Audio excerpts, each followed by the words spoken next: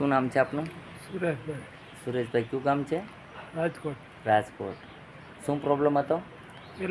Paralysis. કેટલા સમયથી? 1 વર્ષ ને 2 મહિના. બરોબર છે. અહીંયા કયા માધ્યમથી આવ્યા છો? યુટ્યુબના? હા, યુટ્યુબમાં વિડીયો જોઈને આવ્યા કે કોઈના કહેવાથી આવ્યા? રિલેટિવ કીધું, વિડીયો જોયો. બરોડાથી. બરોડાથી ફોન પણ આવ્યો અને વિડીયો પણ જોયો, તો અહીંયા ભરોસો બેઠો. હા, મજા આવી. બરોબર. તો અહીંયા આવ્યા તો કેવું લાગ્યું? મજા આવી. બરોબર છે.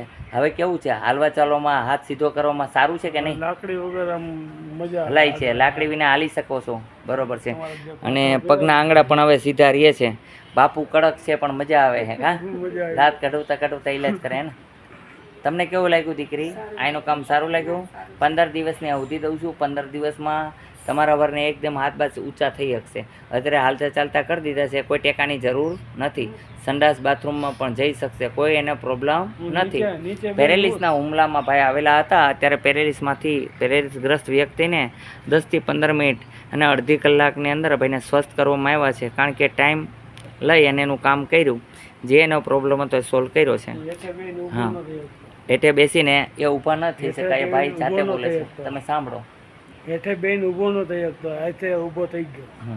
હાથે ઊભા થઈ શકે છે, નીચે બેસી શકે છે. અત્યારે બધી રીતે વ્યવસ્થિત એનું જીવન જીવતા થઈ ગયા છે. તો તમને અહીંયા આવ્યા પછી આનંદ આવ્યો કે ન આવ્યો? બહુ મજા આવી. હનુમાનજી અમારા કેમ છે? હનુમાનજી મારા બાપુ હારા. બાપુ યાર, બાપુ બહુ બટકા ભરેવા કડક છે બાપુ.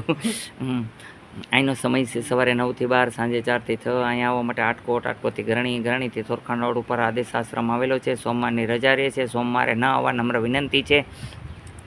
કોઈ પણ વ્યક્તિ ગમે ત્યાંથી આવશે, સોમવારે કોઈનો ઈલાજ કરવામાં આવશે નહીં. બોલો જય હનુમાન.